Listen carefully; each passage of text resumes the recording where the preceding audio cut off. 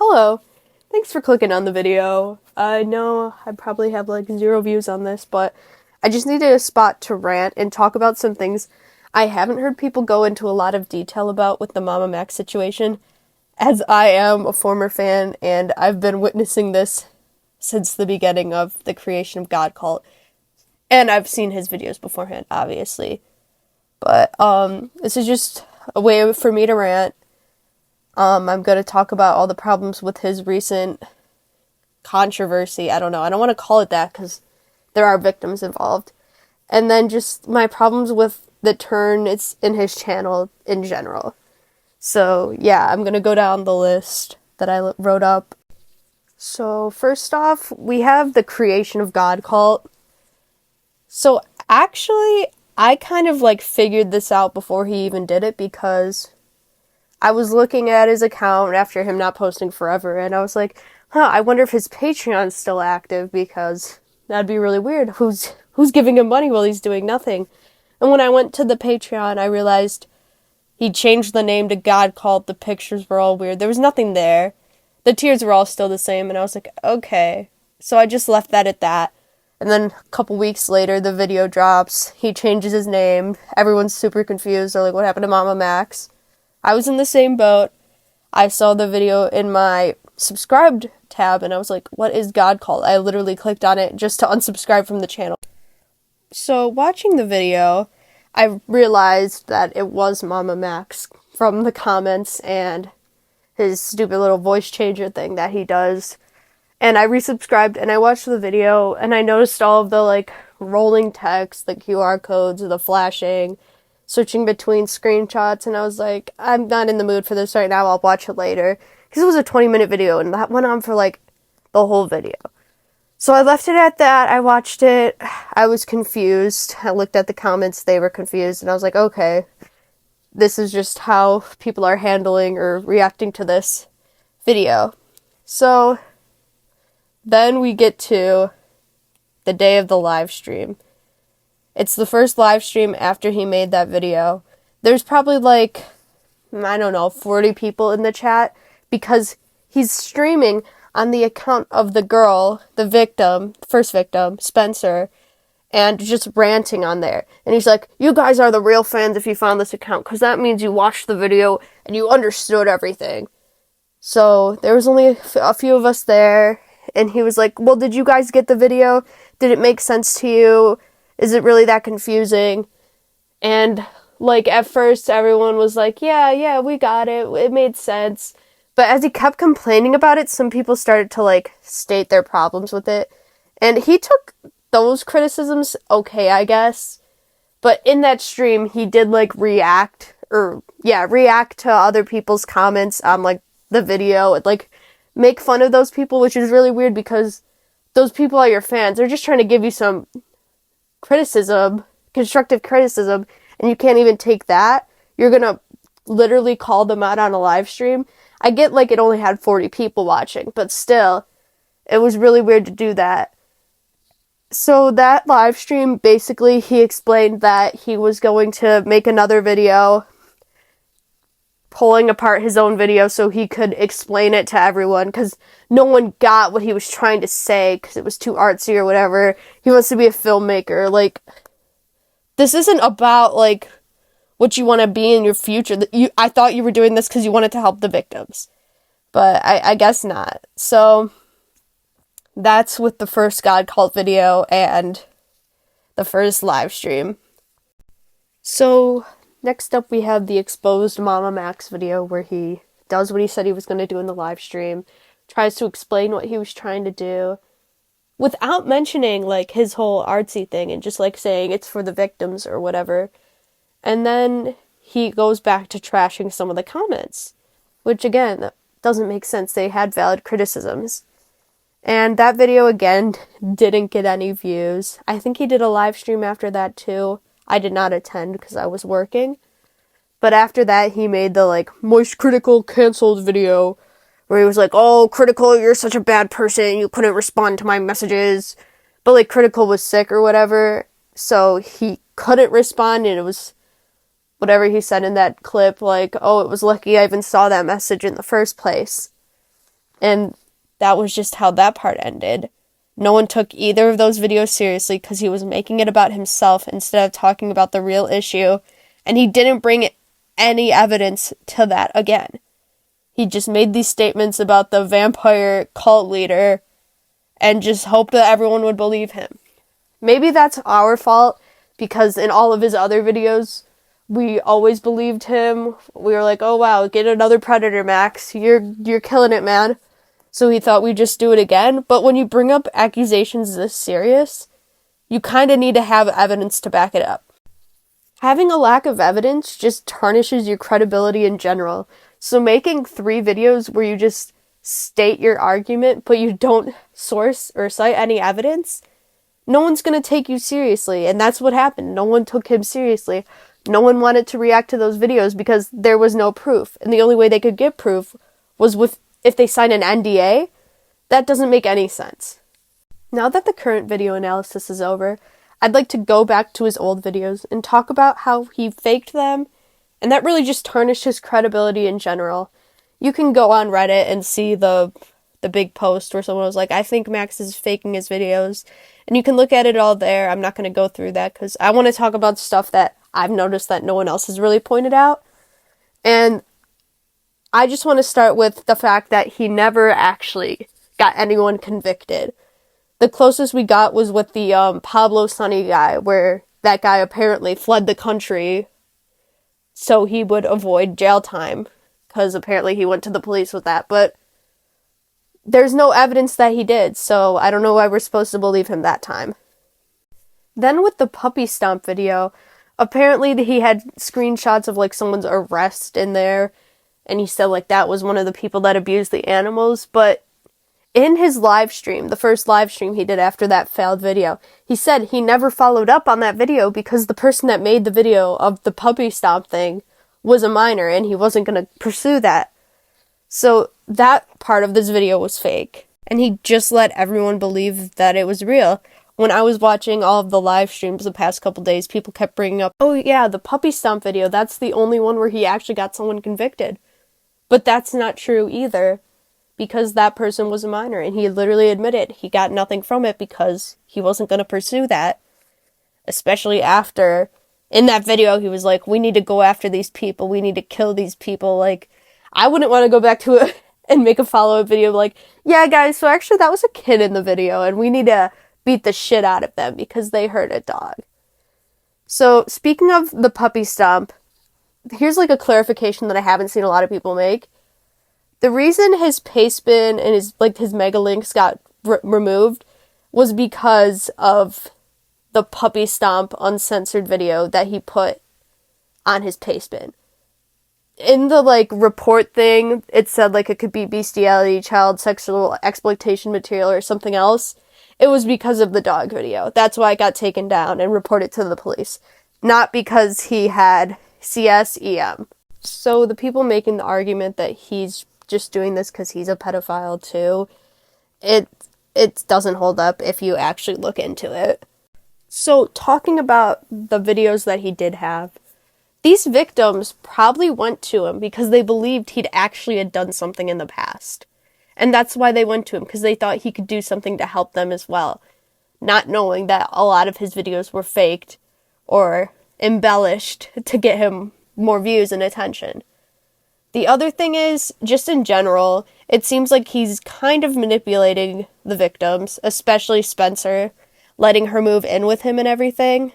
That's not something you do. When you're on a case with someone like this, when someone reports a sexual assault or being trafficked and they go to the police do not house that person. That's not what happens.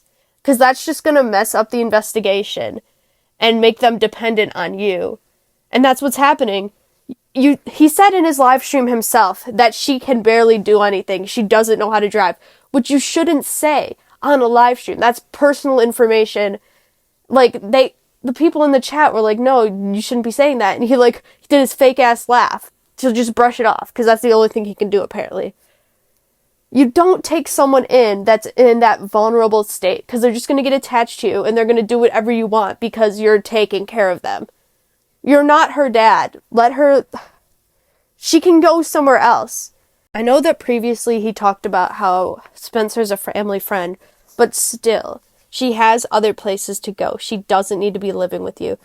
I'm guessing she'll do anything to be able to stay safe now that she has a good spot to be in. And that means that she won't argue with you now that you've basically tarnished her entire case. Like, Spencer probably went into this thinking she could actually get something through Max. And now that's gone. And she can't go anywhere else. He already said she can't drive. Where's she gonna go? I don't know. I feel like that was just a bad decision in general. So the next part I want to talk about with all my criticisms is the 8-hour stream. This is probably going to be the longest part. I don't know. This is kind of short. This is only 10 minutes. So, first off, doxing the mom, that was not a good move. That's just going to make the victims and Max look worse to the police when they apparently go down there and go to the jurisdiction and tell them about Camden Gerard Davis. You can't just give out someone's personal information like that because she's the mom of the attacker. Like, she didn't do anything. You gave out her workplace. She could get fired for something she didn't do. At this point, she probably already knows everything that's going on and probably doesn't need her livelihood destroyed because of what her son did.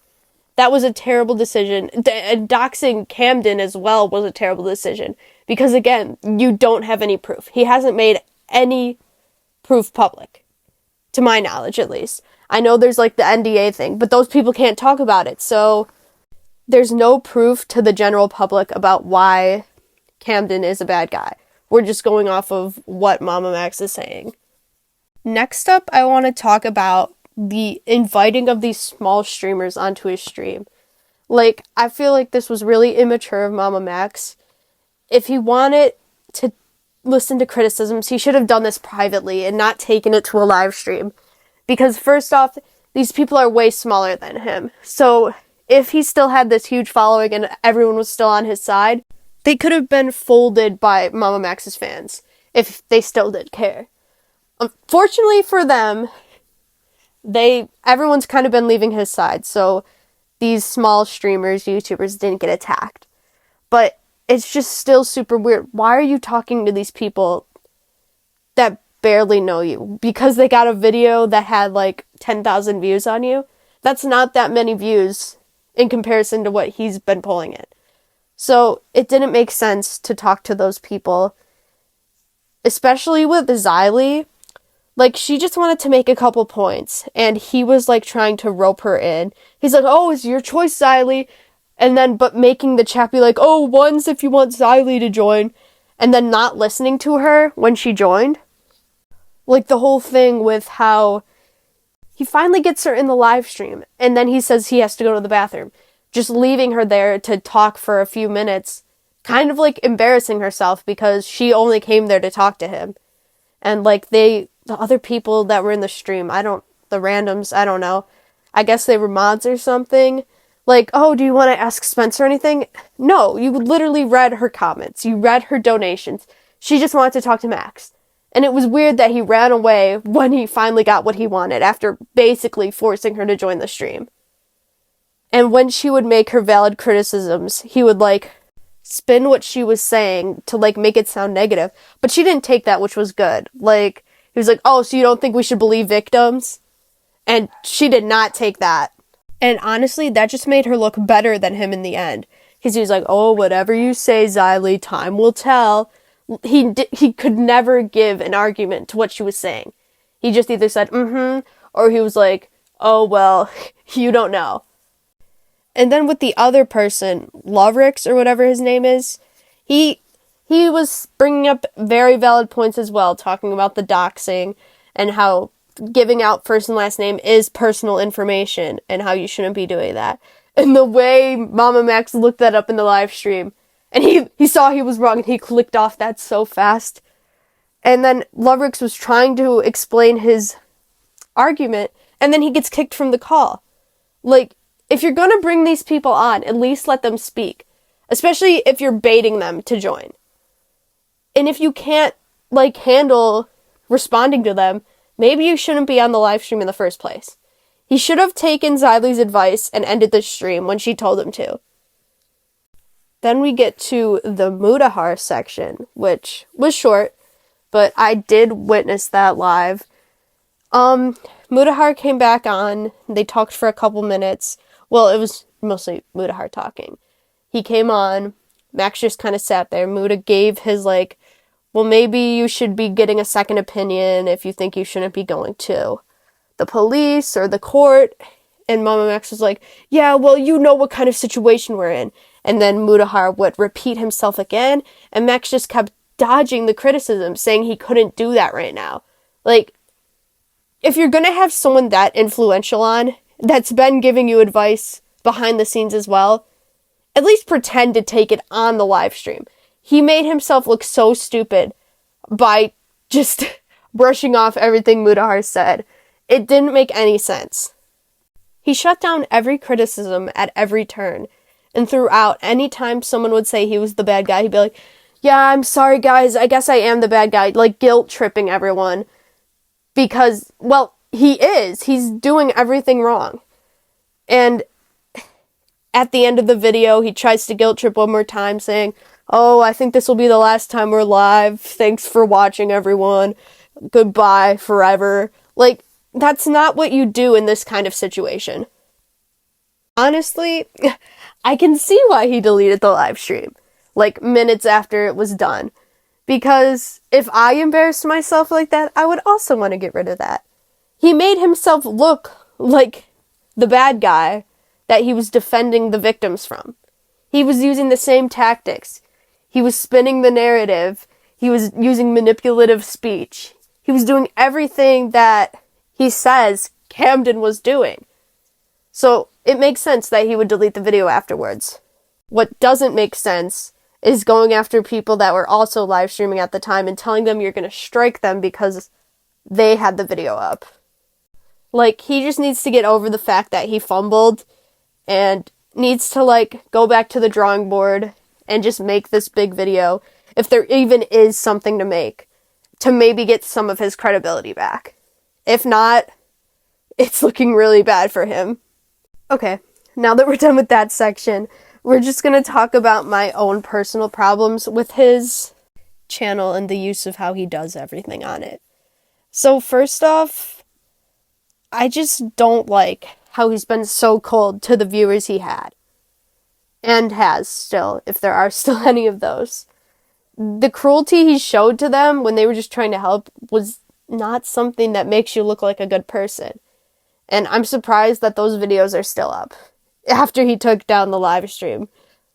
And the next part, this is just like really, this is just a me problem.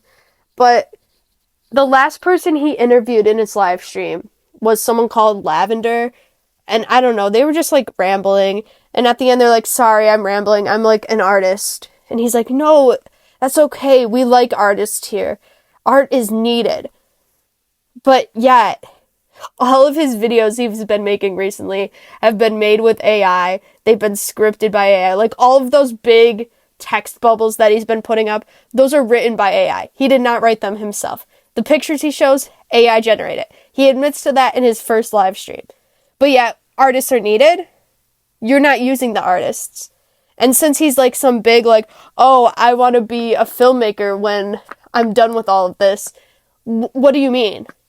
You can't be a filmmaker if you have no artists. I guess he just wants to use AI for the rest of his career because it doesn't make sense. It's just like very hypocritical, and I really didn't enjoy hearing that in the live stream.